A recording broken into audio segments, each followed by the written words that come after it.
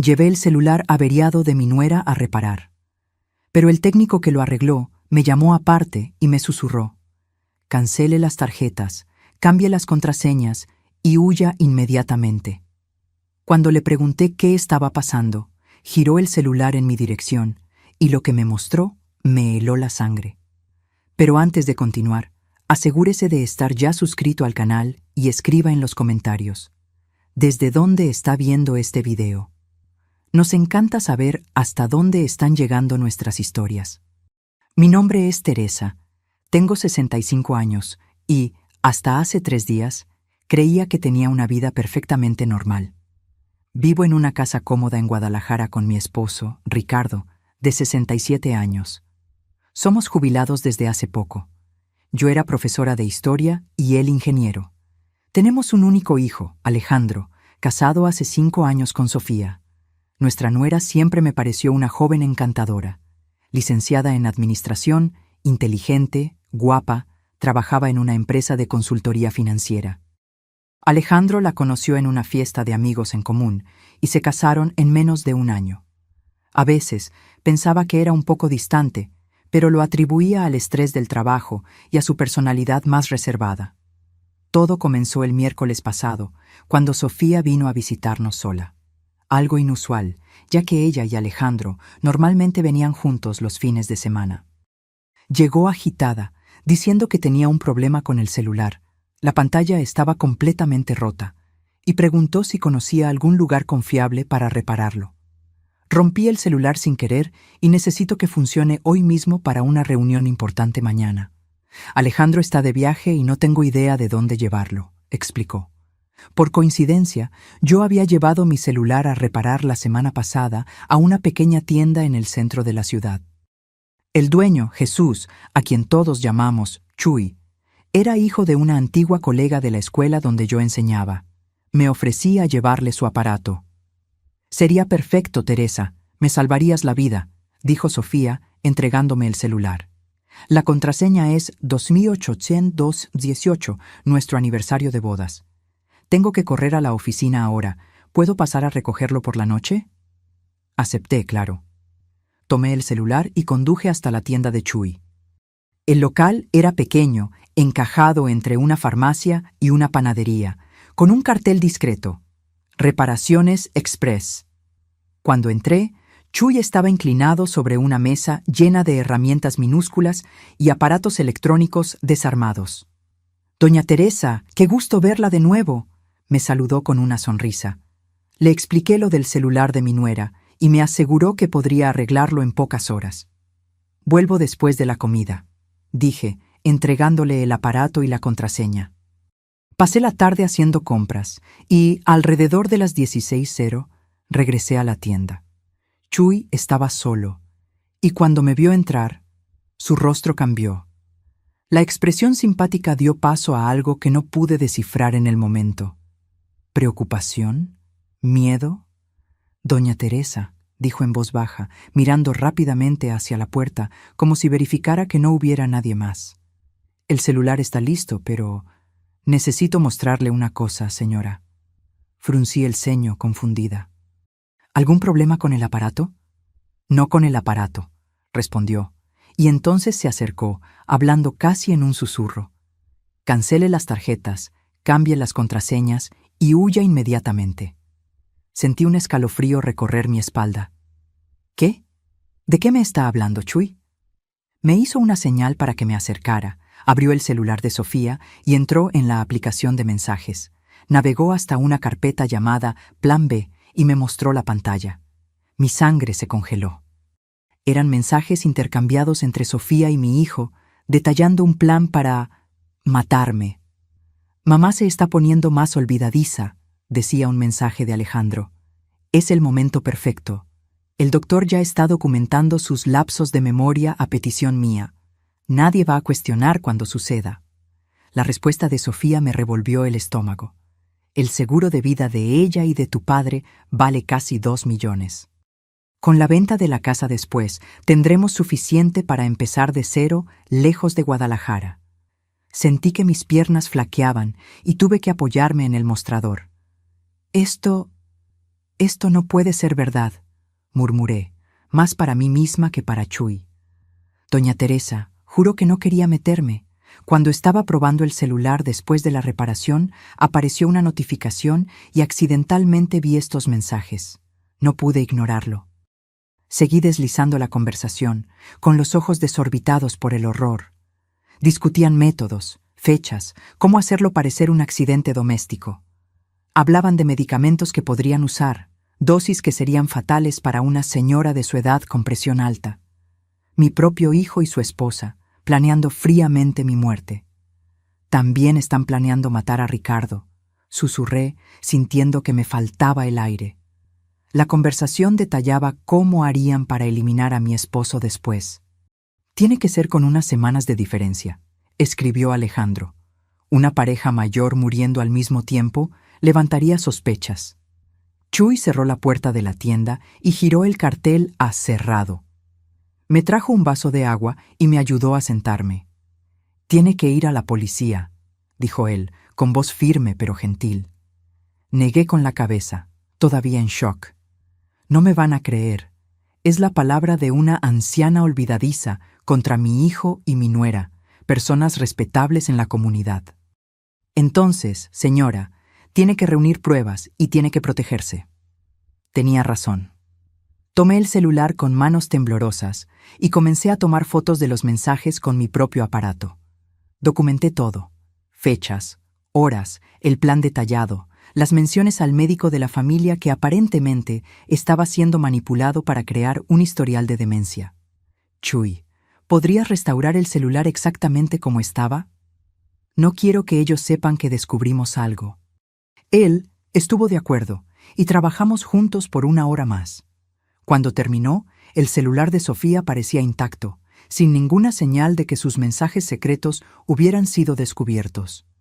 Al salir de la tienda, me sentí como si estuviera en una pesadilla. El cielo gris de Guadalajara parecía aún más sombrío. ¿Cómo volvería a casa? ¿Cómo miraría a Ricardo sabiendo que nuestro único hijo planeaba matarnos? Peor aún, ¿cómo enfrentaría a Sofía cuando viniera a recoger el celular? Conduciendo de vuelta a casa, planeé cada paso. Primero, tenía que alertar a Ricardo sin asustarlo demasiado. Luego, teníamos que actuar rápido, pero con inteligencia. Si Alejandro y Sofía sospechaban que sabíamos algo, podrían acelerar sus planes o crear una nueva estrategia. El peso de la traición era casi insoportable. Mi hijo, al que llevé en mi vientre, al que amamanté, al que ayudé con la tarea, al que consolé cuando terminó su primer noviazgo, planeaba mi muerte por dinero. Estacioné el coche frente a nuestra casa y respiré hondo varias veces. Tenía que mantener la calma. El juego de vida o muerte había comenzado y yo tenía que ser más inteligente que los 2 jóvenes que pensaban que una anciana olvidadiza sería presa fácil. Poco sabían ellos que esta señora había enfrentado la dictadura militar cuando era estudiante, que había criado a un hijo sola mientras su esposo viajaba por trabajo, que había sobrevivido a un cáncer de mama hace 5 años. Si pensaban que iba a caer sin luchar, estaban muy equivocados. Salí del coche sosteniendo el celular de Sofía como si fuera una bomba a punto de explotar. Entré en casa, donde mi vida nunca más sería la misma.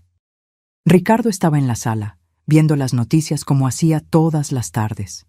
Su rostro familiar, con el cabello gris y las gafas de lectura en la punta de la nariz, me dio un instante de normalidad en medio del caos que se había instalado en mi vida.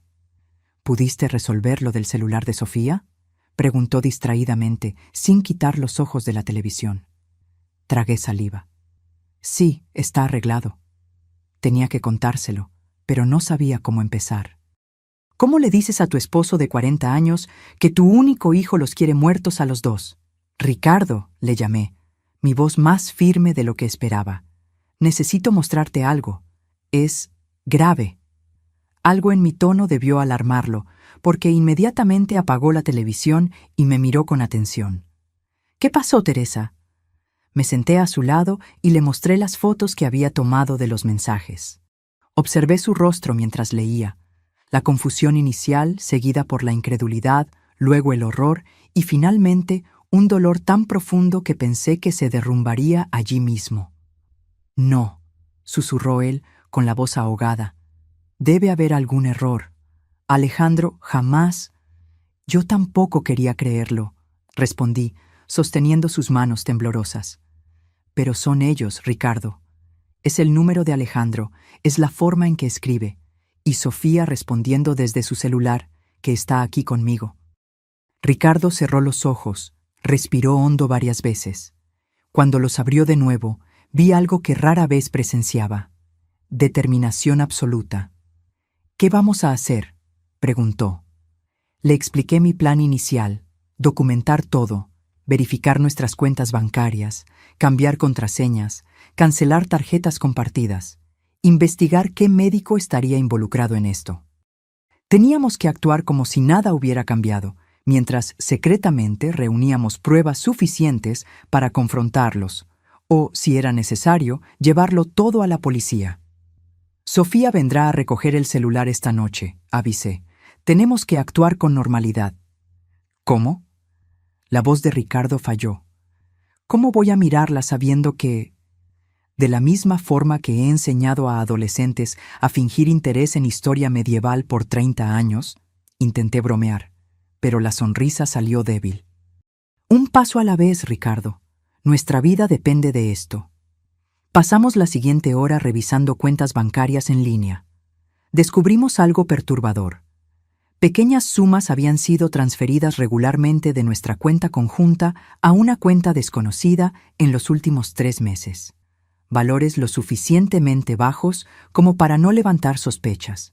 200 pesos aquí, 300 pesos allá, pero que sumaban casi 10,000 pesos. Alejandro tiene acceso a nuestras cuentas, murmuró Ricardo. Le dimos un poder el año pasado, ¿recuerdas? Por si algo nos pasaba. La ironía era amarga. Confiamos tanto en él que prácticamente le entregamos las herramientas para nuestra propia destrucción.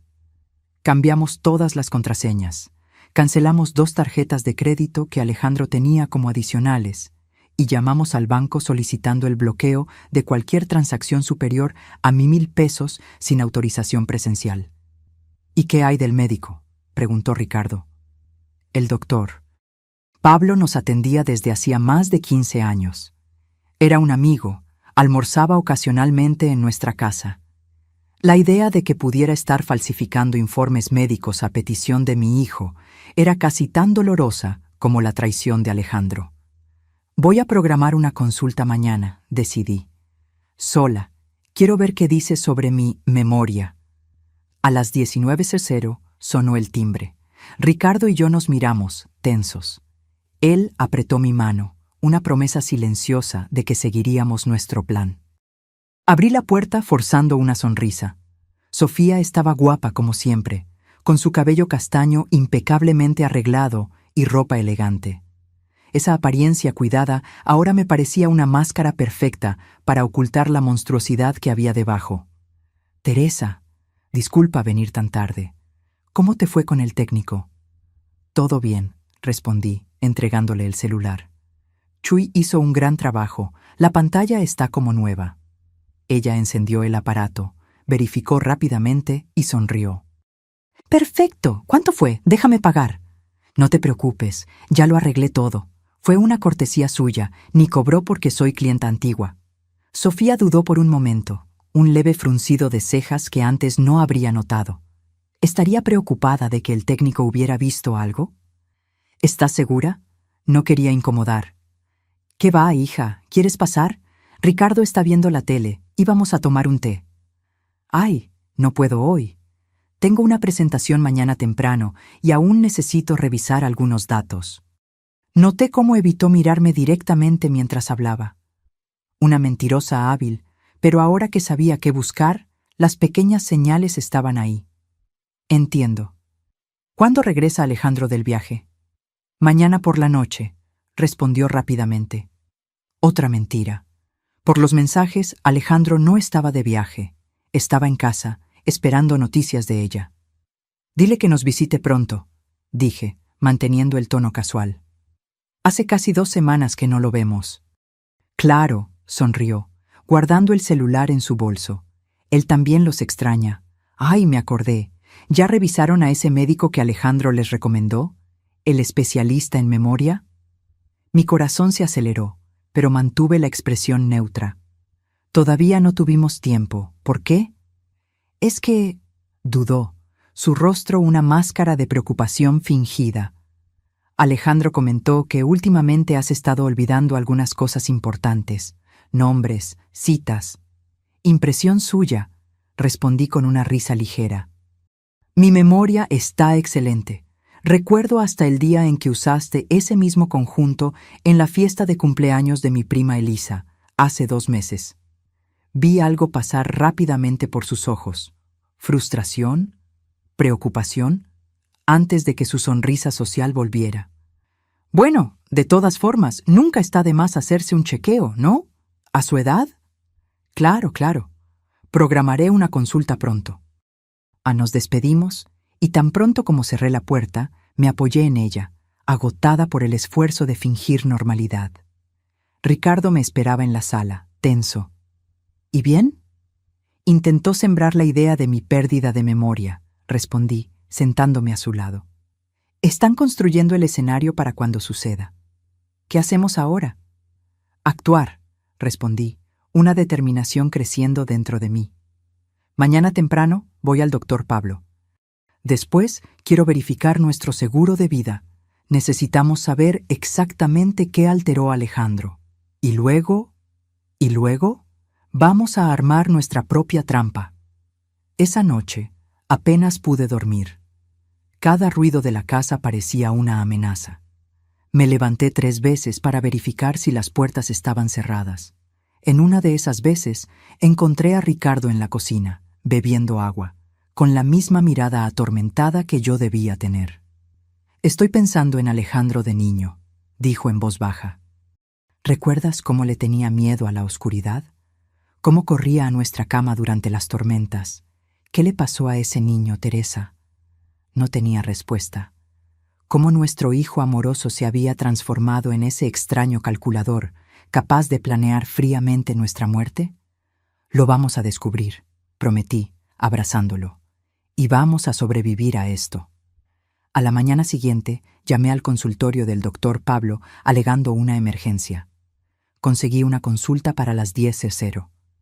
Antes de salir, verificamos de nuevo todas nuestras cuentas en línea y descubrimos algo aún más perturbador. Había un nuevo seguro de vida a mi nombre, contratado hacía 3 meses, del cual yo no tenía conocimiento. ¿Cómo es posible?, pregunté, horrorizada. Ricardo navegó por los documentos digitalizados. Mira la firma, es la tuya. Me acerqué a la pantalla, incrédula. La firma realmente se parecía a la mía, pero yo nunca había firmado ese documento. Falsificaron mi firma, murmuré. Y hay más, mira el valor, 1.5 millones, y el único beneficiario es... Alejandro, completó Ricardo, su voz quebrada. La realidad de la situación finalmente me golpeó con toda su fuerza. No era solo un plan vago, ya habían dado pasos concretos. Documentos fueron falsificados, dinero estaba siendo desviado, un médico posiblemente estaba involucrado. Y ahora, un seguro de vida que yo desconocía completamente, listo para ser cobrado después de mi muerte accidental. Salí de casa sintiendo el peso del mundo sobre mis hombros. La consulta con el doctor Pablo sería crucial. Yo necesitaba descubrir hasta qué punto estaba involucrado en esa conspiración. El consultorio estaba tranquilo a esa hora de la mañana. La recepcionista, que me conocía desde hace años, sonrió al verme. «Doña Teresa, qué gusto verla. El doctor ya va a atenderla». Menos de 10 minutos después, me llamaron. El doctor Pablo, un hombre de mediana edad con cabello gris y expresión generalmente amigable, parecía ligeramente incómodo cuando entré. «Teresa, qué sorpresa. Alejandro me llamó ayer. Dijo que andabas renuente a hacerte exámenes». Mantuve mi expresión neutra mientras me sentaba. «¿En serio? Qué raro que diga eso. De hecho, doctor, vine porque estoy preocupada por mi memoria». El médico asintió, como si confirmara algo que ya sabía. «Sí, Alejandro mencionó algunos episodios preocupantes. Olvidos, confusión. Curioso, respondí con calma, porque no recuerdo haber tenido ningún problema así. El doctor Pablo dudó por un momento. Bueno, Teresa, a veces el paciente no percibe sus propios lapsos. Es común en cuadros iniciales de demencia. Y usted ya tiene un diagnóstico, por lo visto. Parecía cada vez más incómodo. No, claro que no. Pero Alejandro me mostró algunos videos. Usted confundiendo fechas, olvidando nombres de personas cercanas. ¿Videos?, pregunté, genuinamente sorprendida. ¿Puedo verlos? No me dejó copias, pero... Doctor Pablo, interrumpí, inclinándome hacia adelante. Soy su paciente desde hace 15 años. Usted me conoce. ¿De verdad cree que tengo demencia o solo está creyendo lo que dice mi hijo? El silencio que siguió fue revelador. Finalmente, suspiró. Teresa, Alejandro vino a verme varias veces en los últimos meses, muy preocupado. Dijo que usted y Ricardo estaban perdiendo la capacidad de cuidarse a sí mismos, que necesitaban supervisión. Me pidió que documentara cualquier señal de declive cognitivo. Y usted accedió. Tuvo la decencia de parecer avergonzado. Solo anoté lo que él relató. No diagnostiqué nada sin exámenes. Lo miré fijamente, dejando que el silencio se extendiera hasta volverse incómodo. Doctor Pablo, mi hijo está planeando matarme, a mí y a Ricardo. El shock en su rostro parecía genuino. ¿Qué? Teresa, esa es una acusación muy seria. Tengo pruebas, y ahora entiendo por qué necesitaba su involucramiento, aunque fuera indirecto. Un historial médico documentando declive cognitivo haría mi muerte mucho menos sospechosa. El doctor Pablo palideció visiblemente. Sus manos, normalmente firmes, temblaban ligeramente mientras se ajustaba las gafas. Teresa, yo jamás participaría en algo así. Creí que Alejandro estaba genuinamente preocupado por usted. Saqué mi celular del bolso y le mostré algunas de las fotos que había tomado de los mensajes. Mientras leía, su rostro pasaba de la incredulidad al horror. Dios mío, murmuró finalmente. No tenía idea. Quiero ver mi historial médico, exigí. Ahora. Dudó solo un momento antes de acceder a su computadora y abrir mi historial médico. Giró la pantalla para que yo pudiera leer. Allí estaba, documentado en lenguaje clínico impersonal. Paciente presenta signos de declive cognitivo según lo relatado por el hijo. Episodios recurrentes de confusión, desorientación temporal y espacial, olvido de nombres y eventos recientes. Se recomienda evaluación neurológica completa. Esto es mentira, dije con voz firme. Y usted lo sabe. Teresa, solo registré lo que Alejandro relató. No confirmé ni diagnostiqué nada. Pero creó un registro que podría ser usado en mi contra. Un registro médico oficial sugiriendo que estoy perdiendo mis facultades mentales. Perfecto para cuando muriera accidentalmente, ¿no cree? El médico parecía verdaderamente perturbado. ¿Qué quiere que haga? Primero, imprima este historial para mí, con su firma. Luego, quiero que haga un nuevo registro, con fecha de hoy, afirmando que me evaluó personalmente y no encontró ninguna señal de compromiso cognitivo. Accedió de inmediato, claramente afectado por la situación. Y doctor, añadí mientras tecleaba, si algo nos pasa a Ricardo o a mí, este historial y nuestra conversación de hoy serán las primeras cosas que verá la policía. Salí del consultorio con los documentos en mano, una prueba concreta de la conspiración en nuestra contra. El doctor Pablo había sido manipulado por Alejandro, pero su complicidad, aunque fuera por ingenuidad, casi nos costaría la vida. Conduje al banco a continuación. Necesitaba verificar personalmente nuestras cuentas y, principalmente, revocar cualquier poder que le hubiéramos dado a Alejandro. El gerente, el señor Mauricio, que llevaba nuestras cuentas desde hacía años, se sorprendió visiblemente cuando pedí revocar el poder. «Doña Teresa, ¿está segura? Su hijo me buscó recientemente diciendo que a ustedes les gustaría ampliar sus poderes para manejar las finanzas, ya que el señor Ricardo no anda bien de salud». Otra mentira. Ricardo estaba perfectamente saludable para sus 67 años. Mi esposo está muy bien, señor Mauricio. Y sí, estoy absolutamente segura. De hecho, quiero verificar todos los movimientos de nuestras cuentas en los últimos 6 meses. Pasamos la siguiente hora revisando extractos. Además de las pequeñas transferencias que ya habíamos identificado en línea, descubrimos algo aún más perturbador. Alejandro había iniciado el proceso para obtener una segunda tarjeta de crédito de Ricardo, alegando la pérdida de la original. Dijo que el señor Ricardo había perdido la tarjeta, pero no quería molestarlo con la burocracia, explicó el gerente, claramente avergonzado ahora. ¿Y ustedes emitieron una nueva tarjeta sin la presencia o firma del titular?, pregunté incrédula. El señor... Sí. Mauricio se revolvió en la silla, incómodo. Bueno, como él tenía poder y ya manejaba varias cuestiones financieras para ustedes... Respiré hondo, conteniendo la rabia. Cancele esa tarjeta inmediatamente y bloquee cualquier intento futuro de emisión sin nuestra presencia física. Cuando salí del banco, me sentí simultáneamente aliviada por haber interrumpido otro aspecto del plan y aterrorizada por la extensión de la trama. Alejandro había preparado meticulosamente el terreno, creando un escenario donde nuestra muerte parecería natural, y él tendría control total sobre nuestros bienes.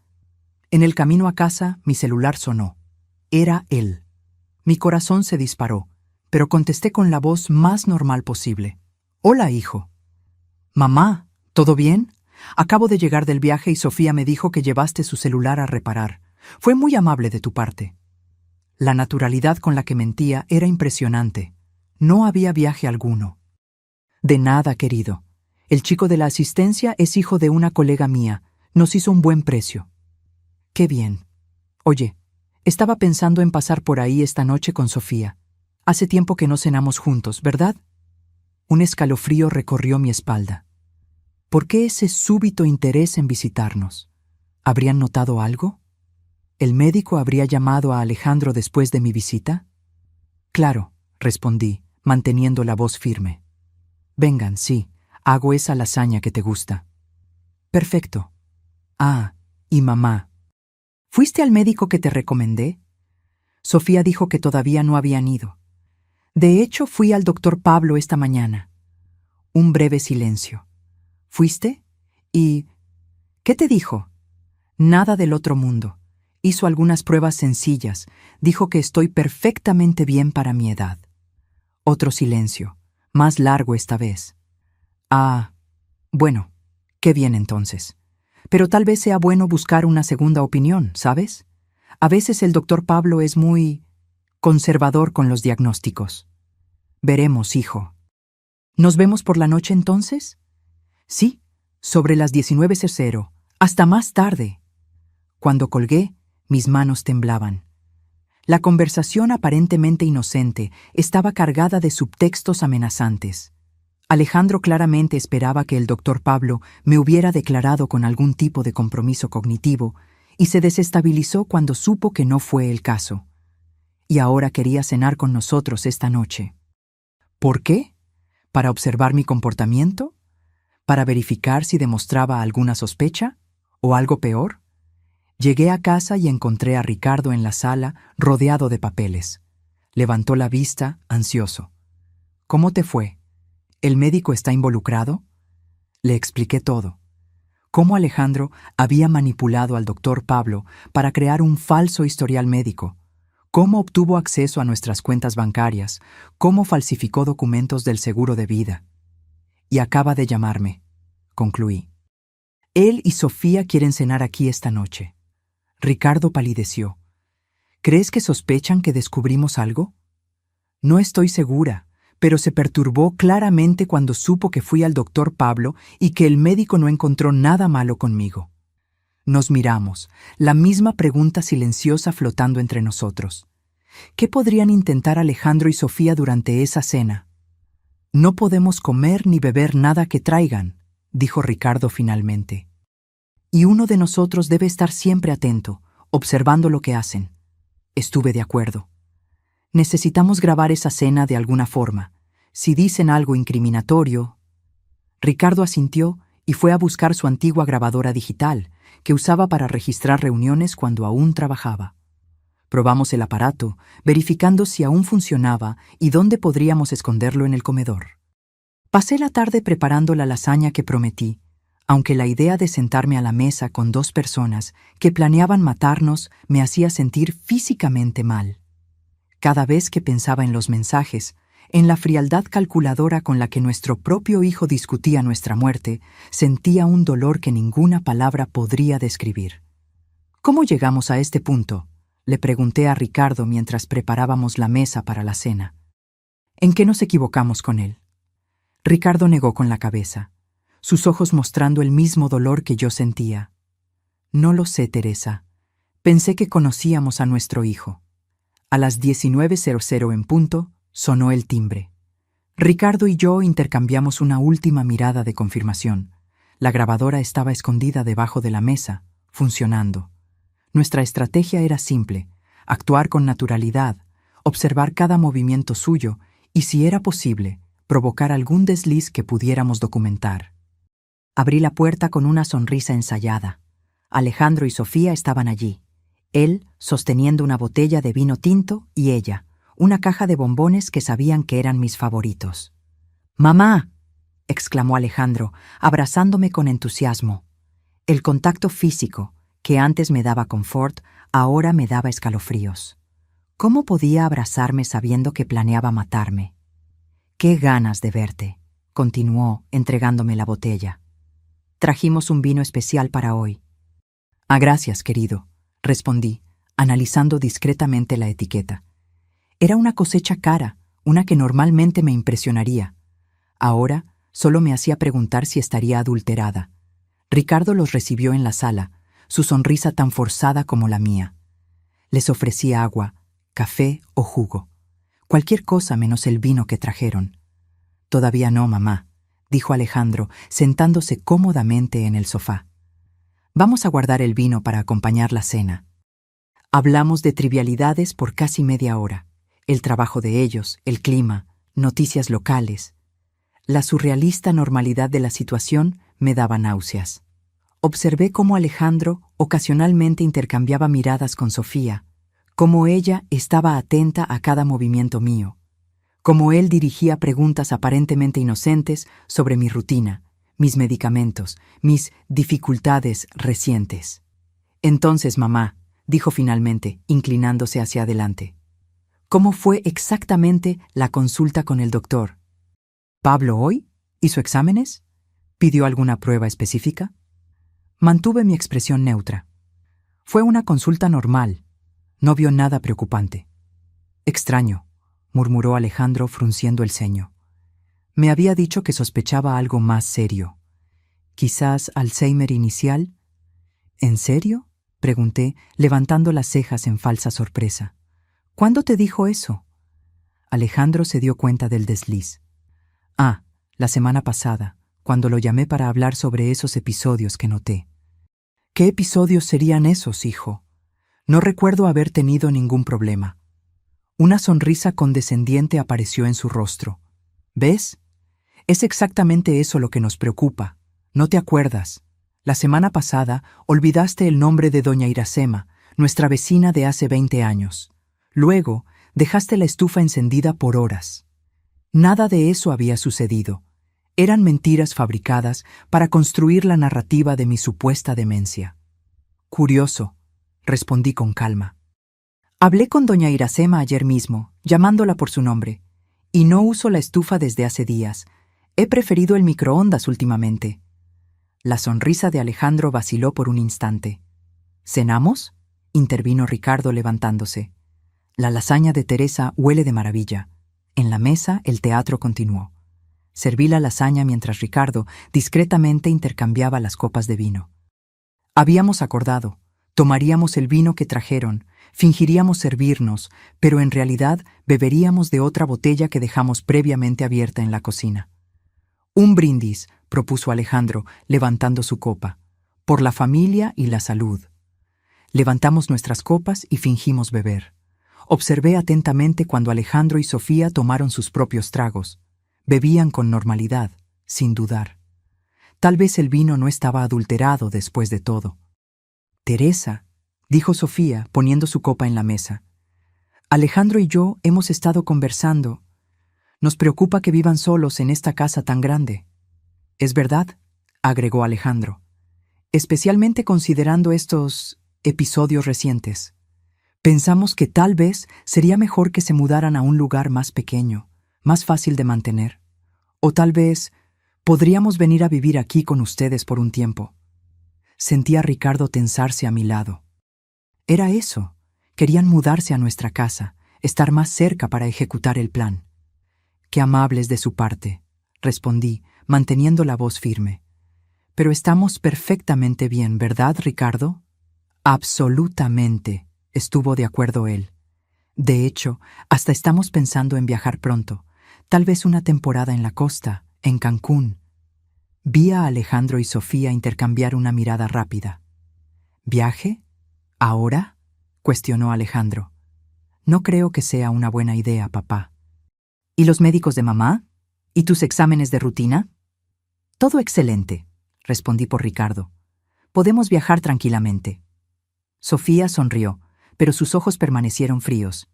¿Necesitan ayuda para planear ese viaje? ¿Puedo buscar hoteles, paquetes? No será necesario, corté. Ya nos ocupamos de todo. La cena transcurrió con esa tensión subyacente. En cada pregunta aparentemente inocente, reconocía la verdadera intención detrás. Estaban evaluando nuestro estado mental, tratando de establecer control, buscando maneras de acercarse físicamente a nosotros. Cuando serví el postre, un flan que hice con cuidado frente a Ricardo, Alejandro retomó el asunto. Estuve hablando con un abogado, dijo casualmente, sobre poderes más amplios. Saben cómo es para emergencias.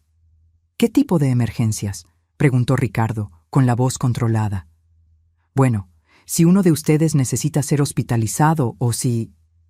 Ya sabes, las cosas empeoran con la memoria de mamá. El abogado sugirió un poder pleno que me daría autoridad para tomar decisiones médicas y financieras por ustedes. Miré a mi hijo, estudiando su rostro. Ese mismo rostro que besé de bebé, que consolé de niño, que fotografié orgullosa en su graduación.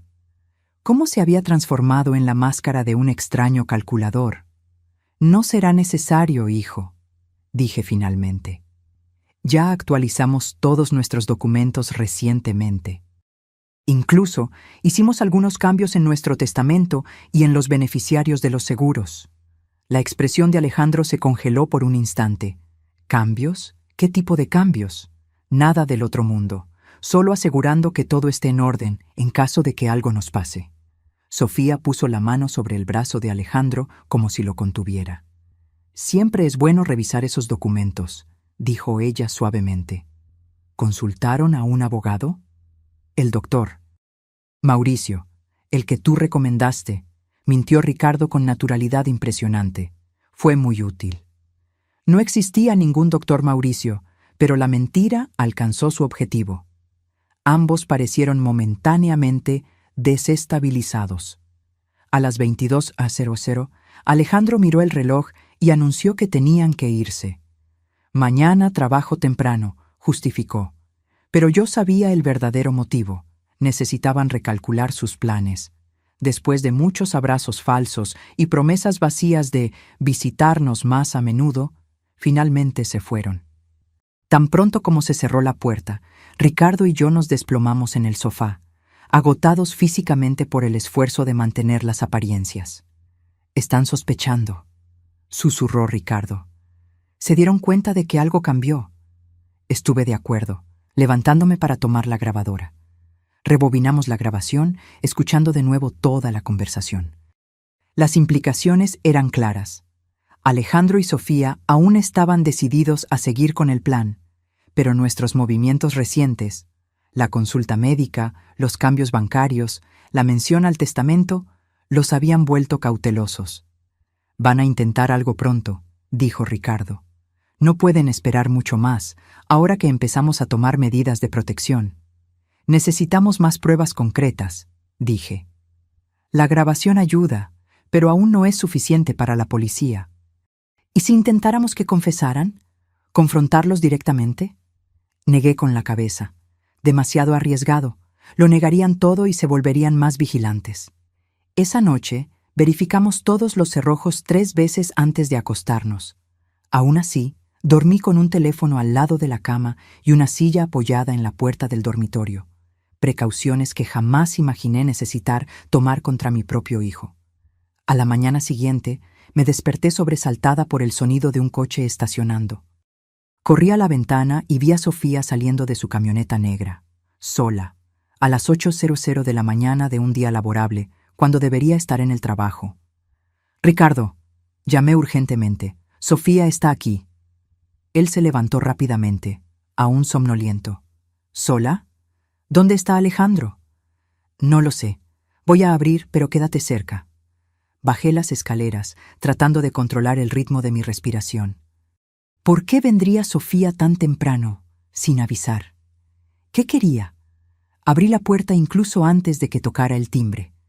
Su rostro registró sorpresa por un momento, rápidamente sustituida por una sonrisa ensayada. «Teresa, disculpa venir tan temprano. Estaba de paso camino al trabajo y pensé en dejar estos documentos que Alejandro separó para ustedes». Sostenía un folder amarillo. «¿Qué documentos?», pregunté, sin intentar tomarlo. «Sobre ese poder que hablamos ayer. Y algunos artículos sobre tratamientos para Alzheimer inicial que pueden ayudar a retrasar el progreso de la enfermedad». Extendió el folder de nuevo. «Alejandro está realmente preocupado por ti». Miré el folder por un largo momento. Era una trampa. Tenía que serlo. Tal vez documentos ya preparados con mi firma falsificada, como el seguro de vida que descubrimos. «¿Por qué no pasas?», invité, manteniendo mi tono casual. «Podemos tomar un café y revisarlo juntas». Sofía dudó visiblemente. «De hecho, voy tarde al trabajo. Solo quería dejar esto para que lo leyeran con calma». «Insisto», dije, abriendo más la puerta. «Ricardo acaba de hacer café fresco. Solo tomará 5 minutos». A regañadientes entró. La conduje hasta la cocina, donde Ricardo ya estaba, aparentando tranquilidad mientras tomaba su café.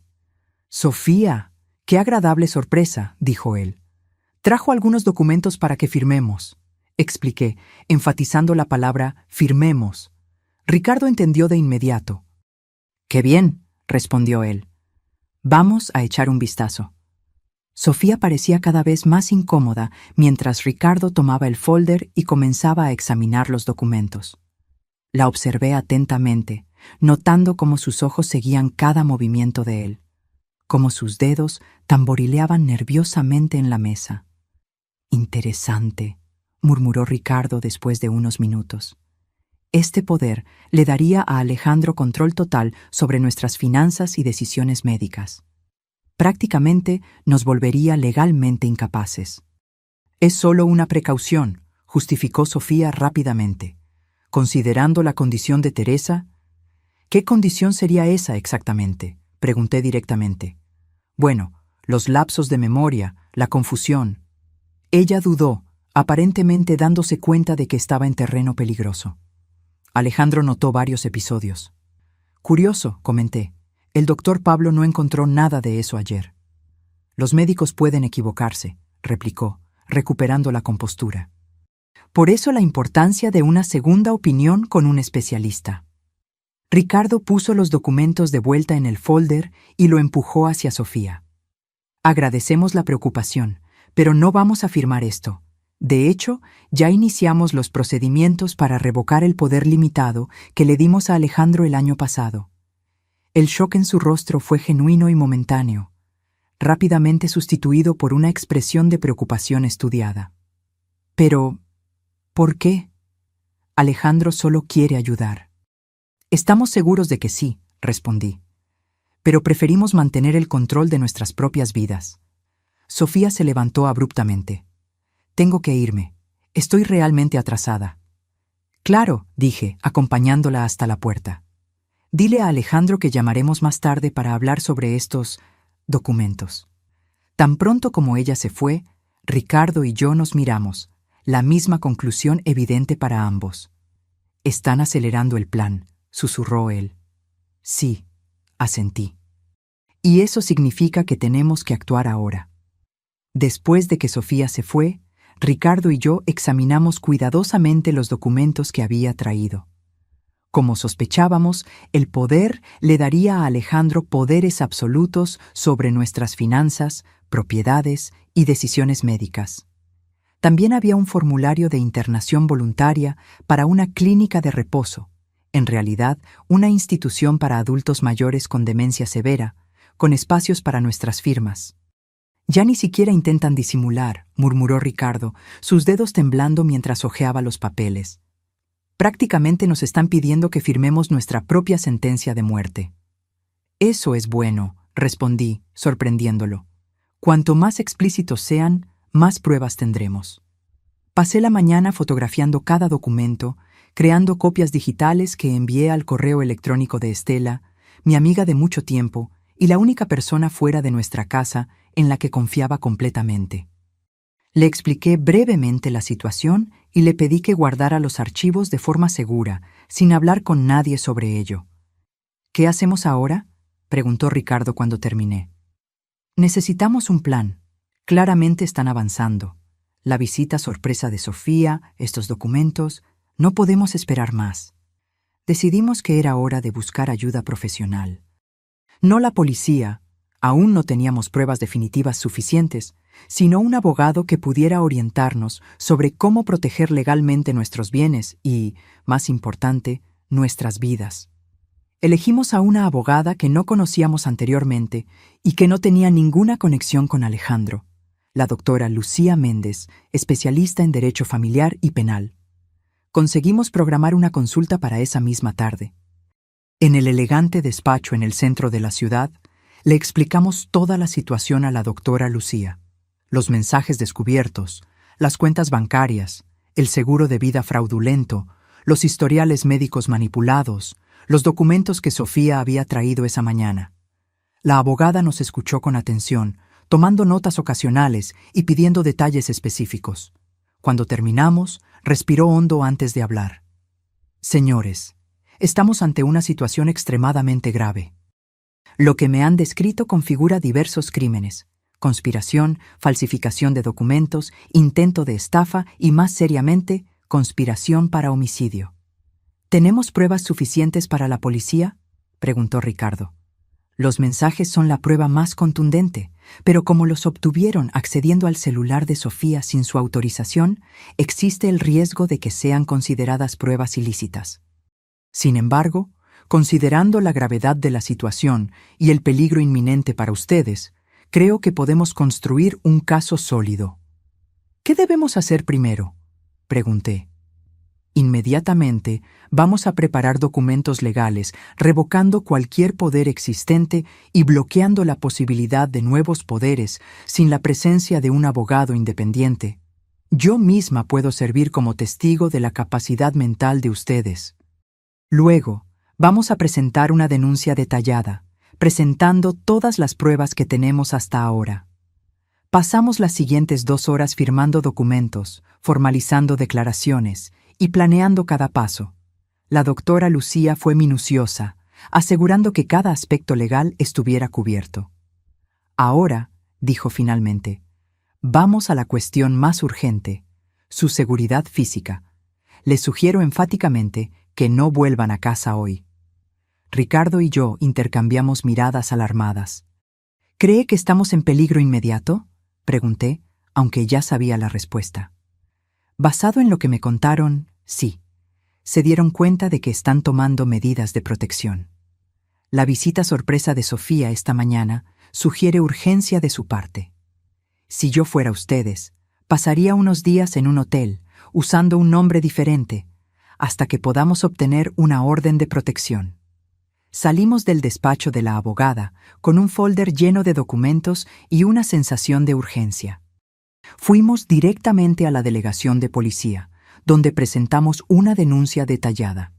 El comisario de turno, un hombre de mediana edad llamado Raúl Salas, escuchó nuestra historia con creciente preocupación.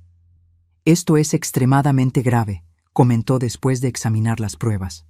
«Voy a asignar un investigador al caso de inmediato y a solicitar vigilancia discreta para su residencia».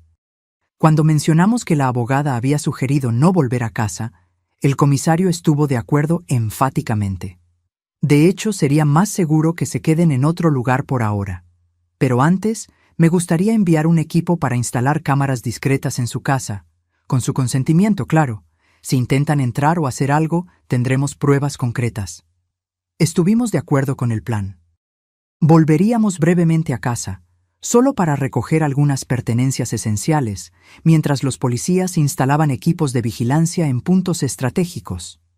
Luego, iríamos a un hotel en el centro de la ciudad, lejos de nuestro barrio, usando nombres falsos según lo sugerido. Durante el camino de vuelta, Ricardo permaneció en silencio, mirando por la ventana del taxi. Cuando estábamos casi llegando, finalmente habló. Nunca imaginé que llegaría el día en que le tendría miedo a mi propio hijo. Apreté su mano. No había palabras que pudieran aliviar ese dolor. Nuestra casa, vista desde fuera, parecía extrañamente normal. Las mismas ventanas, el mismo jardín que cultivábamos desde hacía años, el mismo buzón que Alejandro había pintado de adolescente. Era difícil creer que ese lugar que representaba seguridad y familia se había convertido en el escenario de una conspiración contra nuestras vidas. Los policías de Paisano llegaron discretamente, en un coche común. Entraron por la puerta trasera y trabajaron rápidamente, instalando pequeñas cámaras en lugares estratégicos, sala de estar, cocina, pasillos, entradas.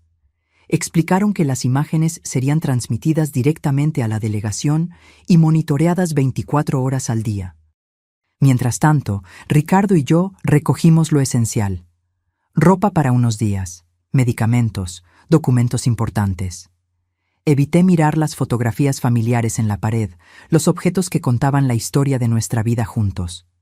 Cada recuerdo ahora estaba contaminado por la traición.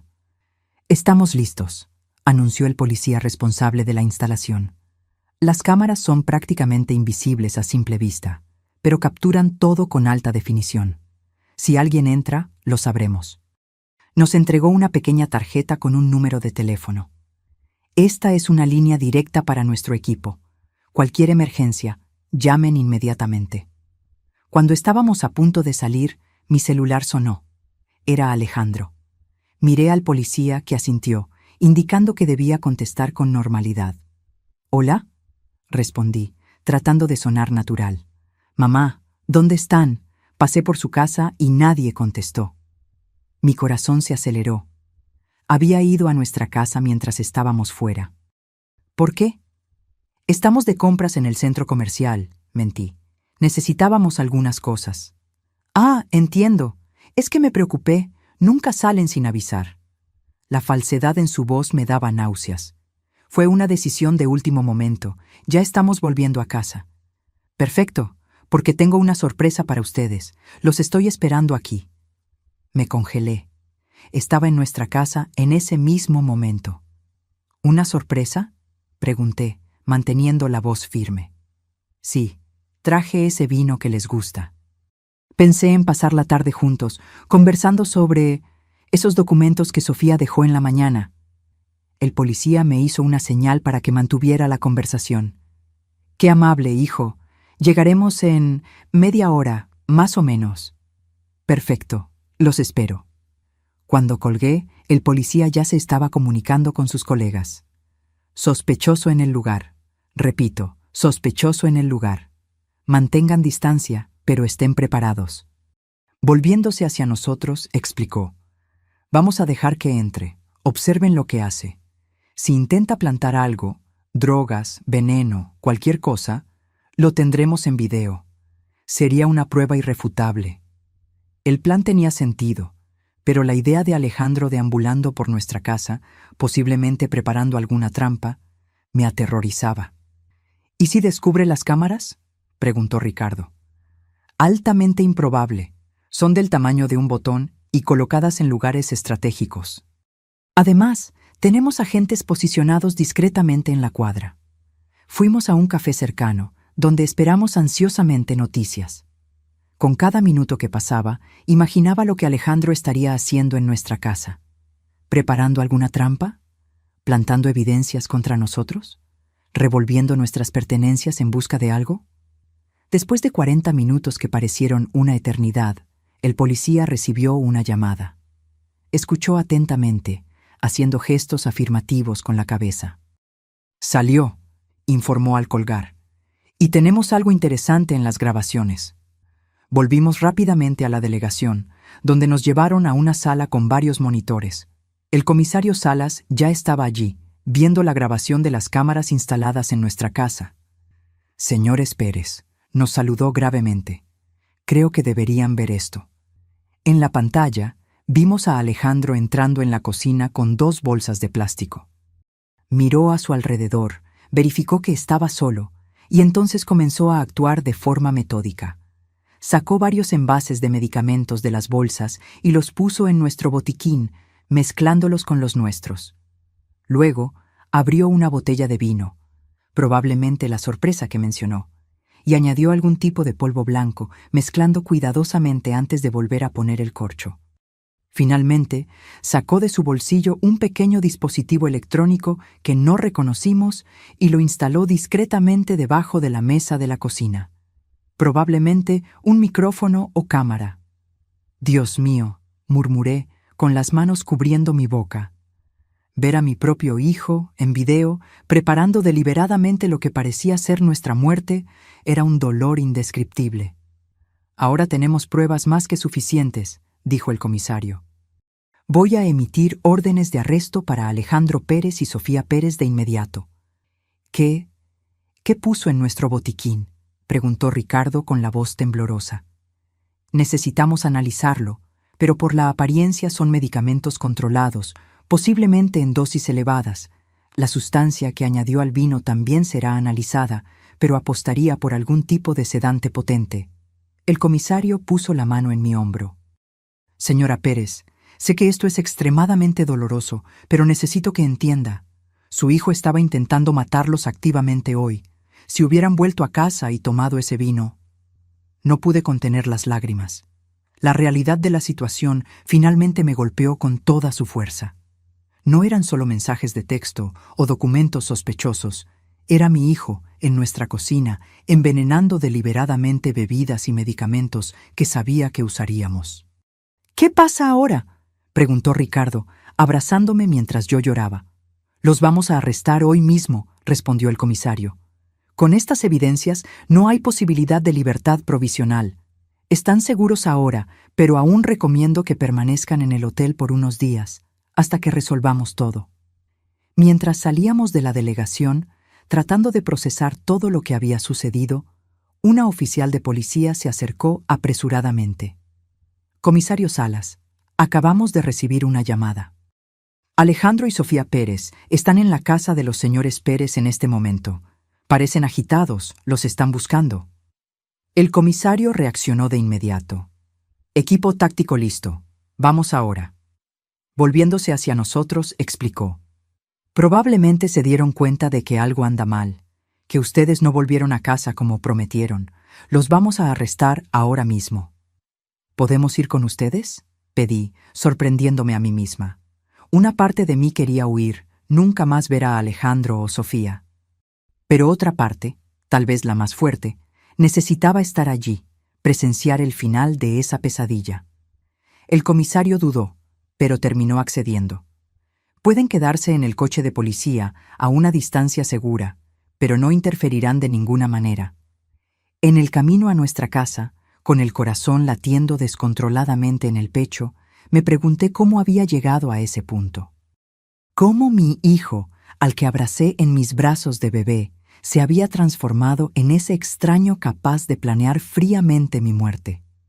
Cuando llegamos, varios coches de policía ya estaban posicionados discretamente alrededor de nuestra casa. Por la radio, escuchamos que Alejandro y Sofía continuaban allí dentro, aparentemente discutiendo sobre qué hacer. «Se dieron cuenta de que algo anda mal», comentó un policía. «Están intentando llamar a los celulares de los señores Pérez repetidamente». De hecho, mi celular había sonado varias veces en los últimos minutos. Siempre Alejandro. Ignoré cada llamada, siguiendo las instrucciones de la policía. El comisario Salas coordinaba personalmente la operación, hablando en voz baja por la radio con los diversos agentes posicionados. «Equipos en posición», anunció finalmente. «Vamos a entrar en 1 minuto». Fue entonces cuando vimos movimiento. La puerta principal se abrió y Alejandro salió apresuradamente, seguido por Sofía. Ambos llevaban mochilas y parecían agitados, mirando nerviosamente a su alrededor mientras se dirigían al coche estacionado en la acera. «Están intentando huir», murmuró Ricardo. En un instante, varios policías salieron de sus escondites, rodeando a la pareja con armas en mano. «Policía, alto, manos donde podamos ver». Vi el shock en el rostro de Alejandro, el pánico en los ojos de Sofía. Por un momento, Alejandro pareció considerar correr, pero rápidamente se dio cuenta de que estaba rodeado. Lentamente, ambos levantaron las manos. En cuestión de segundos, fueron inmovilizados, esposados y puestos en vehículos separados. Todo fue tan rápido y organizado que parecía irreal, como una escena de película. El comisario Salas se acercó a nuestro coche. «Está hecho. Ambos están bajo custodia, acusados de intento de homicidio, conspiración y diversos otros crímenes. Encontramos el vino adulterado y los medicamentos que él plantó. Vamos a analizar todo». Miré por la ventana del coche policial y vi a mi hijo siendo llevado, esposado, en el asiento trasero de una patrulla. Nuestras miradas se cruzaron por un breve momento. No vi remordimiento en sus ojos, solo rabia y quizás sorpresa por haber sido atrapado. En ese momento, una sensación extraña me dominó. No era alivio, no era venganza satisfecha, era solo un vacío profundo. Como si algo fundamental hubiera sido arrancado de mí. Volvimos a la delegación, donde prestamos más declaraciones formales. Los policías habían encontrado en las mochilas de Alejandro y Sofía diversos artículos incriminatorios. Los medicamentos originales de los envases que él había plantado en nuestra casa, más dosis del polvo que puso en el vino, boletos de avión al extranjero con fecha para el día siguiente y una considerable cantidad de dinero en efectivo. «Estaban listos para huir», explicó el comisario. «Probablemente se dieron cuenta de que algo andaba mal, que ustedes no volvieron a casa como prometido. El plan era claramente dejar el vino envenenado, esperar que ustedes lo consumieran y huir antes de que los cuerpos fueran encontrados». Ricardo sostuvo mi mano con fuerza mientras escuchábamos. Cada nuevo detalle era como un cuchillo atravesando mi corazón. «Pueden verlos, si quieren», ofreció el comisario después de finalizar los trámites burocráticos. «Están en celdas separadas, esperando el traslado». Ricardo negó con la cabeza. Todavía no estaba listo, y yo lo respeté. Pero algo dentro de mí necesitaba mirar a los ojos de mi hijo una última vez. «Quiero ver a Alejandro», dije, sorprendiéndonos a todos, incluso a mí misma. El comisario me condujo por un pasillo largo y frío hasta una sala pequeña con una mesa y 2 sillas. «Lo traeremos aquí. Estaremos observando por el cristal. Y si siente cualquier incomodidad, solo tiene que levantar la mano, y lo interrumpimos de inmediato». Asentí, sentándome con la espalda recta y las manos cruzadas sobre la mesa para disimular su temblor. Unos minutos después, la puerta se abrió y Alejandro entró, esposado y escoltado por un policía. Su rostro estaba pálido, los ojos rojos, el cabello despeinado. Parecía haber envejecido 10 años en pocas horas. El policía lo hizo sentarse frente a mí y salió, permaneciendo justo afuera de la puerta. Por casi 1 minuto, permanecimos en silencio, solo mirándonos. Alejandro fue el primero en hablar. «Me tendieron una trampa», dijo él, con la voz baja y amarga. «Todo esto es un gran malentendido». «No me mientas», respondí con calma. «No ahora. Se acabó, Alejandro». Desvió la mirada, su mandíbula tensa. «¿Qué quieres que diga?» «Quiero saber por qué. ¿Por qué tu propio padre y yo? ¿Qué hicimos para merecer esto?» Alejandro soltó una risa sin humor. «Ustedes no lo entenderían. Intenta explicarme. Tengo todo el tiempo del mundo ahora». Me miró fijamente de nuevo. algo frío y calculador en sus ojos que nunca había notado antes. Dinero, mamá. Siempre fue por dinero. Ustedes tienen tanto, la casa, las jubilaciones, las inversiones, los seguros. ¿Y qué hacen con todo eso? Nada. Viviendo sus viditas mediocres, ahorrando cada centavo como si fueran a vivir para siempre. Sentí el golpe de sus palabras, pero mantuve la compostura. ¿Y eso justifica matarnos? Fue idea de Sofía, al principio, admitió él, como si eso lo absolviera de alguna forma. Ella trabaja en finanzas, se dio cuenta de cuánto valían ustedes, y estaba cansada de esperar. ¿Por qué esperar décadas por una herencia, decía, cuando podemos empezar nuestra verdadera vida ahora? ¿Y tú estuviste de acuerdo? ¿Así? ¿Tan fácilmente? Se encogió de hombros. No fue de inmediato, pero ella me convenció de que sería mejor para todos. Ustedes ya estaban viejos, eventualmente empezarían a tener problemas de salud, sufrirían. Sería un favor, de hecho. La frialdad con la que hablaba me helaba la sangre. Este no era el hijo que yo conocía, o pensaba conocer. Un favor, repetí lentamente. Envenenar a tus propios padres sería un favor. No sería doloroso, respondió como si eso importara. Simplemente se dormirían y no despertarían, sin sufrimiento. Como el vino que preparaste hoy. Alejandro se quedó en silencio por un momento. ¿Cómo se enteraron? Fueron los mensajes en el celular de Sofía, ¿verdad? Ese técnico idiota. Sí, fueron los mensajes, pero incluso sin ellos nos habríamos dado cuenta eventualmente. No fuiste tan listo como pensabas, hijo. Se revolvió en la silla, las esposas tintineando. ¿Y ahora? ¿Vas a testificar contra tu propio hijo? ¿A mandarme a prisión? Ibas a hacer que pareciera un accidente. Nadie sufriría, morirían pacíficamente. Y yo finalmente tendría la vida que merezco. La vida que mereces, repetí, dejando que las palabras flotaran en el aire entre nosotros. Lo miré, realmente lo miré, intentando ver más allá de la rabia, más allá de la frialdad, buscando cualquier vestigio del niño que criamos. No encontré nada. No te reconozco, dije finalmente, mi voz casi un susurro. El hijo que criamos, que amamos, que protegimos, ¿dónde está? Estoy aquí, respondió Alejandro, un destello de emoción cruzando su rostro. Soy yo. Solo crecí. Solo me cansé de esperar mi turno. Me levanté lentamente. Tendrás un buen abogado. Pagaremos por eso. Es el último acto como tus padres. Pero no esperes nada más de nosotros, Alejandro. Lo que hiciste no tiene vuelta atrás. Mamá, me llamó cuando ya estaba en la puerta.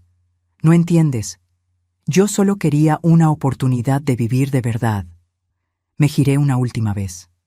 Te dimos todas las oportunidades, hijo. Educación, amor, apoyo. La elección de cómo vivir fue tuya. Y elegiste esto. Salí de la sala sintiendo como si cada paso requiriera un esfuerzo enorme. En el pasillo encontré a Ricardo esperando, con los ojos rojos, el rostro marcado por lágrimas que ni siquiera intentaba ocultar. ¿Qué te dijo?, preguntó en voz baja. La verdad, finalmente, respondí. Hizo todo por dinero. Nuestra muerte sería solo un medio para que él tuviera la vida que merece. Ricardo cerró los ojos, un dolor profundo contorsionando su rostro. ¿Cómo no nos dimos cuenta? ¿Cómo no vimos en lo que se convirtió? No tenía respuesta. La misma pregunta me atormentaba. ¿Cómo los padres que estuvieron presentes en cada momento importante, que celebraron cada logro, que enseñaron valores y principios, pudieron criar a alguien capaz de planear fríamente el asesinato de sus propios padres? Dejamos la delegación en silencio, dirigiéndonos al hotel donde pasaríamos las próximas noches. En el camino, Ricardo habló poco, absorto en sus propios pensamientos. Yo sabía que estaba reviviendo cada momento de la crianza de Alejandro, buscando el punto exacto donde algo salió mal. En el hotel, un lugar sencillo pero cómodo en el centro de la ciudad, pedimos una habitación con 2 camas individuales. Ninguno de los dos lo mencionó, pero ambos sabíamos que necesitábamos nuestro propio espacio esa noche. El dolor era demasiado personal, demasiado profundo para ser compartido, incluso después de tantos años juntos. Me acosté agotada, pero el sueño no llegaba. Imágenes de Alejandro niño se mezclaban con la visión de él poniendo veneno en el vino, creando una pesadilla despierta de la que no podía escapar. Cuando finalmente me dormí, fue un sueño agitado, lleno de sueños confusos, donde corría por pasillos interminables, perseguida por sombras con el rostro de mi hijo. Me desperté sobresaltada con el sonido del celular. Era el comisario Salas. Señora Pérez, disculpe llamar tan temprano. Necesitamos que venga a la delegación lo antes posible. Hubo un desarrollo en el caso. El tono grave en su voz me alarmó. ¿Sucedió algo? Prefiero explicarlo personalmente.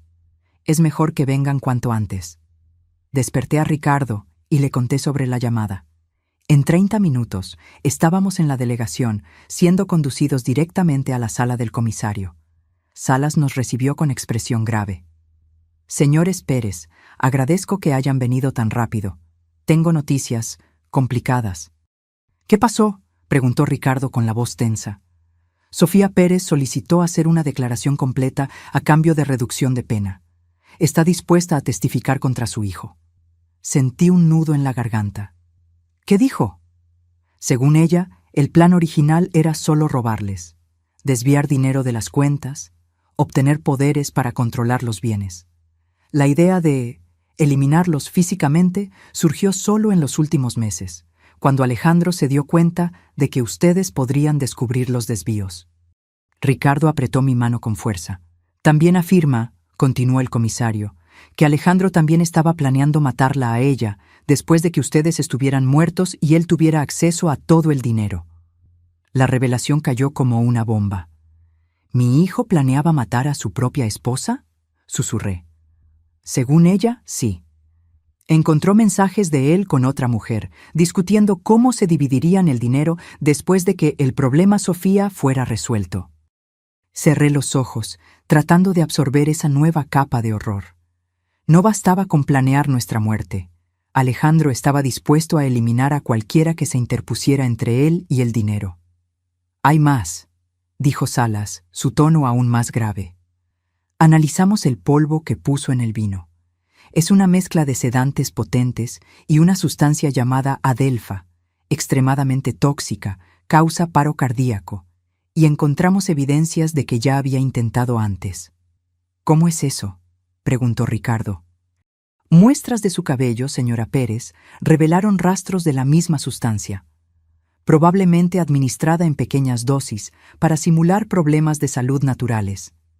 Eso explicaría los lapsos de memoria que él alegaba que usted tenía. No eran lapsos, eran síntomas de envenenamiento gradual. La sala pareció girar a mi alrededor. Agarré el borde de la mesa para estabilizarme, mientras la cruel realidad me golpeaba. Mi hijo ya había comenzado a envenenarme, lenta, metódicamente. ¿Por cuánto tiempo?, logré preguntar. Es difícil precisar, pero, por lo que indican las muestras, al menos 3 meses. 3 meses.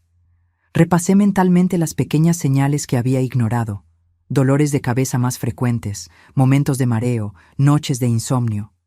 Lo atribuí todo al estrés, a la edad, nunca imaginando que estaba siendo lentamente envenenada por mi propio hijo. ¿Y el señor Ricardo?, preguntó el comisario, volviéndose hacia mi esposo. Me siento bien, respondió él confundido. Aún así, recomendamos exámenes toxicológicos.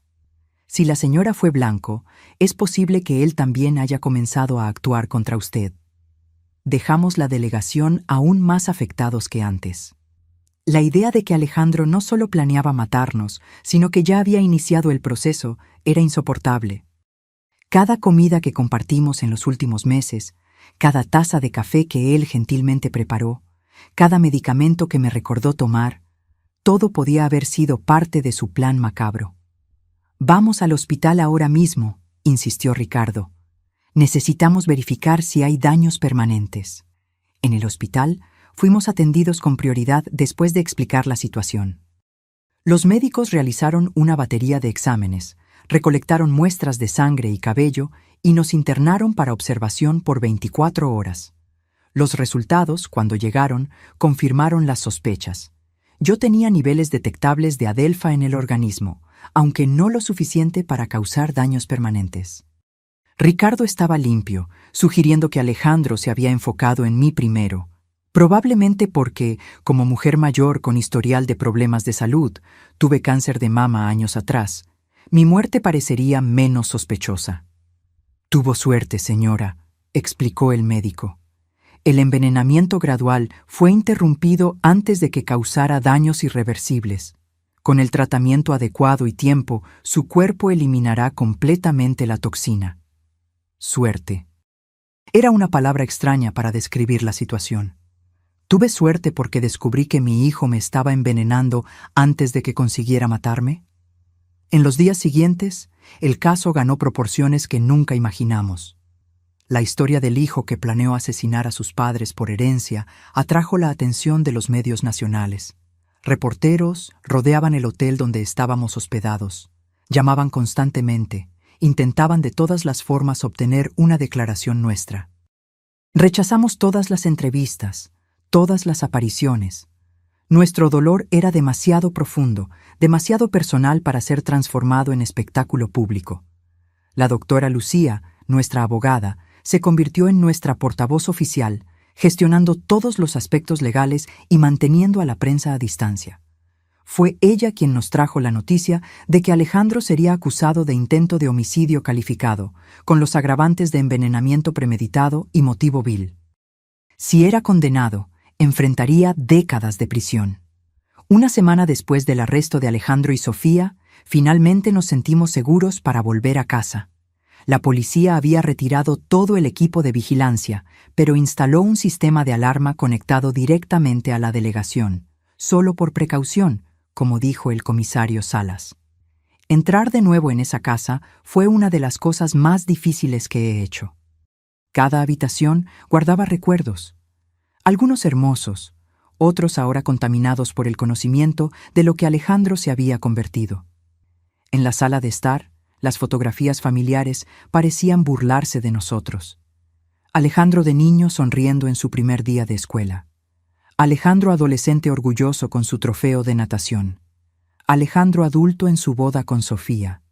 Momentos que capturaban una vida que ahora sabíamos que había sido, al menos en parte, una ilusión. Ricardo caminó lentamente por la casa, tocando objetos, mirando fotografías, como si intentara reconciliar el pasado feliz con el presente devastador. «Necesitamos mudarnos», dijo finalmente. «No puedo vivir aquí sabiendo lo que pasó en esta cocina, en esta casa». Estuve de acuerdo en silencio. La casa que había sido nuestro refugio durante décadas, ahora estaba impregnada de traición y peligro. Esa noche, acostados en nuestra cama, de la mano en la oscuridad, Ricardo expresó el pensamiento que me estaba atormentando. ¿Llegaremos a entender alguna vez lo que pasó? ¿Cómo nuestro hijo se transformó en esto? No lo sé, respondí honestamente. Tal vez algunas cosas no tienen explicación. Tal vez algunas personas simplemente eligen el camino equivocado, independientemente de cómo fueron criadas. Hablamos con él, Teresa, tantas veces, sobre honestidad, sobre trabajo duro, sobre familia. ¿Cómo no fue suficiente? Tal vez para algunas personas nada sea suficiente. Tal vez el vacío dentro de ellas nunca pueda ser llenado. Permanecimos en silencio por un largo tiempo, cada uno absorto en sus propios pensamientos. Finalmente, Ricardo habló de nuevo. ¿Qué hacemos ahora? ¿Cómo seguimos adelante después de esto? Era la pregunta que yo misma me venía haciendo. ¿Cómo reconstruir una vida cuando los propios cimientos fueron destruidos? ¿Cómo confiar de nuevo cuando la traición vino de quien más amábamos? Un día a la vez, respondí, apretando su mano. Empezamos de nuevo, en otro lugar, apoyándonos mutuamente. En las semanas siguientes, pusimos la casa a la venta, iniciamos el proceso de búsqueda de un nuevo hogar e intentamos de alguna forma reconstruir una sensación de normalidad. Encontramos un pequeño apartamento en el centro de la ciudad, completamente diferente de la casa espaciosa donde criamos a Alejandro, y comenzamos, lentamente, a transferir solo los artículos que no traían recuerdos dolorosos. Mientras tanto, el caso judicial avanzaba. Sofía llegó a un acuerdo con la fiscalía, aceptando testificar contra Alejandro a cambio de una pena reducida. Alejandro, por otro lado, se mantuvo firme en negar las acusaciones más graves, alegando que todo no era más que un malentendido familiar y que las pruebas habían sido manipuladas. 2 meses después de su arresto, recibimos una carta de él desde la prisión. Ricardo quiso quemarla sin leer, pero algo en mí necesitaba saber lo que tenía que decir. La carta era corta, escrita con la caligrafía familiar que reconocería en cualquier lugar. Mamá y papá, sé que probablemente no quieren saber de mí, pero necesito decir esto. Todo lo que hice fue por amor. Sí, quería el dinero, quería la libertad, pero también quería ahorrarles el sufrimiento de envejecer, de volverse dependientes, de perder la dignidad. No espero perdón. Sé que lo que hice es imperdonable a sus ojos, pero quiero que sepan que no fue por odio. Fue por ambición, sí, por avaricia tal vez, pero también por una forma distorsionada de amor. Un día, cuando estén listos, me gustaría verlos de nuevo. Hasta entonces, sepan que, a pesar de todo, sigo siendo su hijo, Alejandro.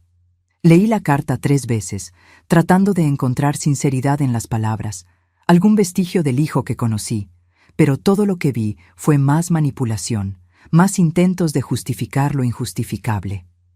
Por amor, murmuré, doblando la carta. Intentó matarnos por amor. Ricardo, que finalmente decidió leerla también, negó con la cabeza con tristeza. Todavía no entiende, tal vez nunca entienda. Guardé la carta en un cajón y nunca respondí. Tal vez un día, cuando el dolor no fuera tan agudo, cuando pudiera pensar en Alejandro sin sentir esa mezcla devastadora de amor y traición, encontraría las palabras para responder. Pero no ahora, no mientras la herida aún sangraba. Los meses siguientes pasaron en un borrón de procedimientos legales, sesiones con psicólogos y la ardua tarea de reconstruir nuestras vidas. Vendimos la casa por un valor inferior al del mercado. Queríamos deshacernos de ella lo antes posible, y nos establecimos en el apartamento en el centro de la ciudad. Era más pequeño, más sencillo, pero no cargaba el peso de los recuerdos dolorosos. El juicio de Alejandro estaba programado para comenzar en 3 meses. La fiscalía tenía un caso sólido, con pruebas abundantes, los mensajes de texto, los videos de la casa, los exámenes toxicológicos confirmando el envenenamiento gradual, el testimonio de Sofía, los documentos falsificados. La condena parecía segura. Aún así, la idea de testificar contra mi propio hijo me aterrorizaba. ¿Cómo me sentaría en ese tribunal y le contaría al mundo cómo había planeado metódicamente nuestra muerte? ¿Cómo lo miraría a los ojos mientras sellaba su destino? Ricardo y yo discutimos esto exhaustivamente con nuestra terapeuta, la doctora Marta, a quien empezamos a visitar semanalmente después de toda la tragedia. Ustedes no son responsables de sus elecciones, nos recordaba constantemente. Testificar no es una traición, es simplemente contar la verdad. Pero él es nuestro hijo, argumentaba Ricardo. A pesar de todo, sigue siendo nuestro hijo. Sí, es su hijo, y también es un hombre adulto que tomó decisiones terribles. Ambas realidades pueden coexistir. Una tarde, mientras organizaba algunas cajas que aún no habíamos desempacado en el nuevo apartamento, encontré un álbum de fotografías antiguo. Me senté en el suelo y comencé a hojearlo lentamente. Eran fotos de Alejandro de bebé, luego de niño, de adolescente, siempre sonriendo, siempre rodeado por nuestro amor. En una foto específica, tenía unos 5 años y sostenía orgulloso un dibujo que había hecho. 3 figuras de palo representando a nuestra familia, con un sol sonriente encima. Para la mejor mamá del mundo, decía el dibujo en letras infantiles torcidas. Las lágrimas vinieron incontrolables. ¿Dónde estaba ese niño ahora? ¿En qué momento esa criatura amorosa se transformó en alguien capaz de planear la muerte de sus propios padres? Ricardo me encontró así, llorando sobre el álbum abierto. Sin decir una palabra, se sentó a mi lado y me abrazó. Nos quedamos allí, ambos llorando por la pérdida del hijo que amábamos, no por su muerte física, sino por la muerte de lo que creíamos que era. La semana siguiente, recibimos una visita inesperada. Estela, mi amiga de la biblioteca que me había ayudado a documentar las pruebas contra Alejandro, trajo consigo un folder con recortes de periódicos antiguos. Teresa, Ricardo, comenzó excitante. Encontré algo que necesitan ver. Los recortes eran de un pequeño periódico de una ciudad en el sur del país, con fecha de 5 años atrás. Los titulares gritaban: adulto mayor muere en circunstancias misteriosas. Sobrina hereda fortuna tras muerte de tío. Policía investiga muerte sospechosa, pero archiva caso por falta de pruebas. ¿Qué es esto?, pregunté confundida. Mira la foto. Estela señaló la imagen de una joven siendo entrevistada. Era Sofía, algunos años más joven, pero inconfundiblemente ella. Antes de llamarse Sofía Silva y mudarse a Guadalajara, era conocida como Carolina Santos, en este pequeño pueblo. Y el hombre que murió misteriosamente era su tío, que la crió después de la muerte de sus padres. Ricardo tomó los recortes, leyendo rápidamente. Ella heredó todo. La policía sospechó de envenenamiento, pero no pudo obtener pruebas concluyentes. Exactamente, confirmó Estela. ¿Y sabes cuál era la sustancia sospechosa? Adelfa, respondí, sintiendo un escalofrío recorrer mi espalda. Estela asintió gravemente. El mismo veneno que encontraron en tu organismo, Teresa. El mismo que Alejandro puso en el vino. La implicación era clara y devastadora. Sofía no era solo cómplice de Alejandro.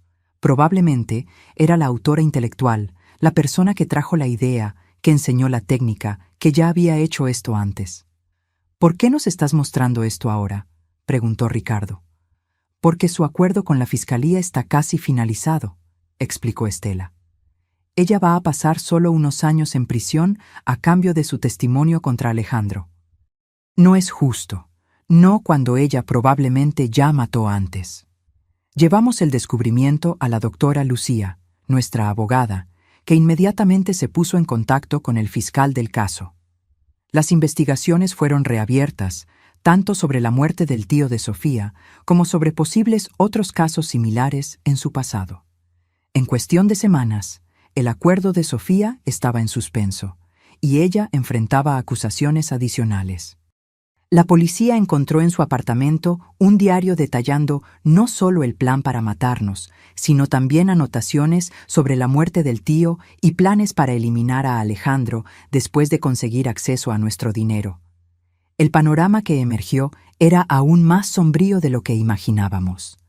Sofía era una sociópata calculadora que había engañado a Alejandro, manipulándolo para que planeara nuestra muerte. Ella lo había usado como herramienta, con la intención de deshacerse de él tan pronto como consiguiera lo que quería. Alejandro, al enterarse de esto durante una audiencia preliminar, colapsó. Según su abogado, finalmente se dio cuenta de la extensión de la manipulación que había sufrido, aunque esto no lo eximía de su culpa por participar activamente en el plan. Fue en ese momento que tomamos una decisión difícil. Visitaríamos a Alejandro en prisión. No por perdón o reconciliación, era demasiado pronto para eso, si es que alguna vez sería posible, sino para mirar la verdad de frente, para intentar entender. La penitenciaría era un lugar frío y opresivo. Seguimos a un guardia por pasillos grises hasta una pequeña sala de visitas, donde esperamos en silencio tenso. Cuando la puerta se abrió y Alejandro entró, esposado y vistiendo el uniforme naranja de presidiario, mi corazón se encogió. Había perdido peso, su rostro estaba pálido, con ojeras profundas. Parecía mucho mayor que sus 35 años. Cuando nos vio entrar, lágrimas inmediatas comenzaron a correr por su rostro. «¿Mamá? ¿Papá?», susurró con la voz ronca. «Vinimos», respondió Ricardo simplemente, sentándose al lado de la cama. No había mucho que decir.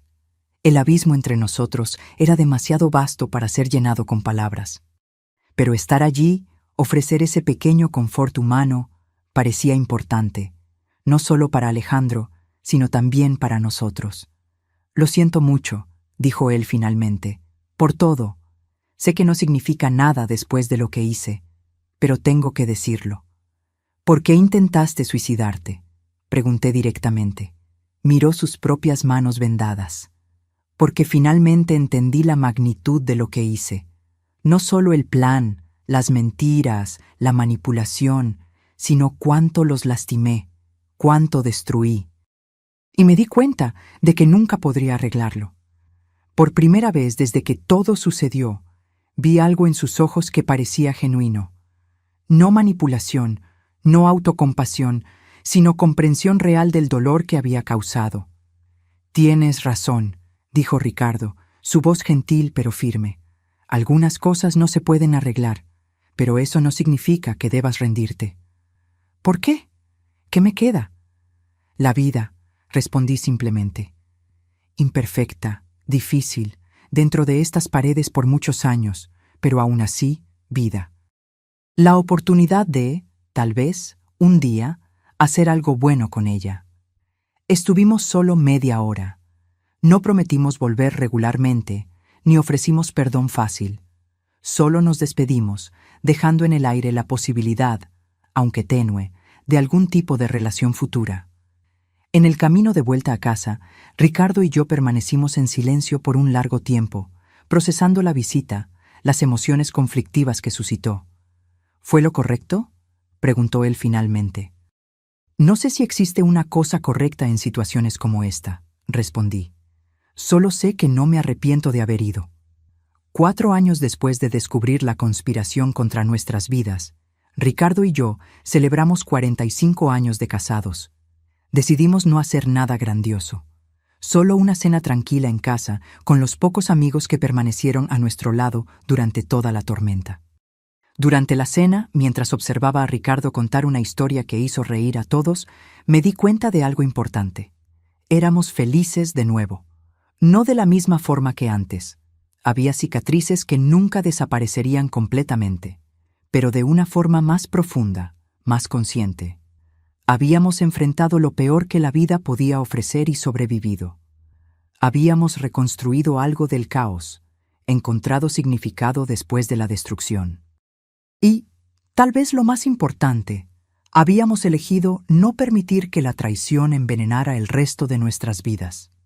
Alejandro continuaba en prisión, donde pasaría muchos años más. Después del intento de suicidio, parecía haber encontrado algún tipo de propósito. Comenzó a estudiar Derecho a través de un programa para prisioneros, con la idea de eventualmente ayudar a otros reclusos. Lo visitábamos ocasionalmente, no con frecuencia, pero lo suficiente para mantener una tenue conexión. Sofía cumplía su condena en una penitenciaría de máxima seguridad, rechazando cualquier contacto con nosotros. Según lo que escuchamos, continuaba negando responsabilidad por todos sus crímenes, siempre culpando a los demás. En cuanto a nosotros, aprendimos a cargar nuestra historia sin dejar que nos defina completamente. Cuando conocíamos a nuevas personas, eventualmente la verdad salía a la luz. Nuestra ciudad no era tan grande, y el caso había sido notorio. Pero descubrimos que la mayoría de las personas era compasiva, respetuosa con nuestro dolor. Algunas noches, todavía me despierto sobresaltada, recordando ese momento en la tienda de electrónica cuando Chuy giró la pantalla del celular hacia mí y mi mundo se derrumbó. A veces, Ricardo todavía tiene pesadillas, donde Alejandro logra completar su plan. Pero esas sombras del pasado aparecen con menos frecuencia ahora, superadas por la luz del presente. Las pequeñas alegrías del día a día, los nuevos amigos, los hobbies redescubiertos, el amor que sobrevivió a lo impensable. En la noche de nuestro aniversario de 45 años, después de que todos los invitados se fueron, Ricardo y yo nos sentamos en el balcón de nuestro apartamento, contemplando el cielo estrellado. «¿Quién lo diría?», comentó él, sosteniendo mi mano, «que después de todo, todavía estaríamos aquí, Juntos. Sobrevivientes, sonreí, apretando su mano. Más que eso, corrigió Ricardo. Vivientes. Y tenía razón. No estábamos solo sobreviviendo. Estábamos viviendo plenamente, conscientemente, agradecidos. Habíamos aprendido de la manera más dura que la vida es frágil, que las relaciones más íntimas pueden esconder secretos terribles, que la traición puede venir de donde menos se espera. Pero también aprendimos que la fuerza humana es extraordinaria, que es posible empezar de nuevo, incluso después de la peor devastación, que el amor, el verdadero amor, no la versión distorsionada que Alejandro alegaba sentir, puede sobrevivir incluso a las peores tormentas. 5 años después de esa tarde fatídica en la tienda de electrónica, miro hacia atrás y veo no solo la tragedia, sino también el crecimiento que vino después. No elegí este camino, no pedí este dolor, pero acepté el desafío de reconstruir, de encontrar significado, de seguir amando a pesar de todo. Y tal vez esa sea la mayor victoria. No permitir que el odio, la amargura o el miedo definan el resto de mi vida. Elegir, todos los días, la compasión, el coraje y la esperanza, aún sabiendo cuán oscuro puede ser el mundo. Chuy, sin saberlo, me dio más que la oportunidad de sobrevivir físicamente esa tarde. Me dio la oportunidad de descubrir una fuerza que yo no sabía que tenía. La fuerza no solo para desentrañar una conspiración, sino para reconstruir una vida desde cero, para amar de nuevo, para confiar a pesar de las cicatrices. Y por eso estaré eternamente agradecida. Ahora, si te gustó esta historia, haz clic en suscribirse y dime en los comentarios qué parte te dejó con la boca abierta. Y no olvides hacerte miembro para tener acceso a videos exclusivos que no publico aquí. Te espero allí.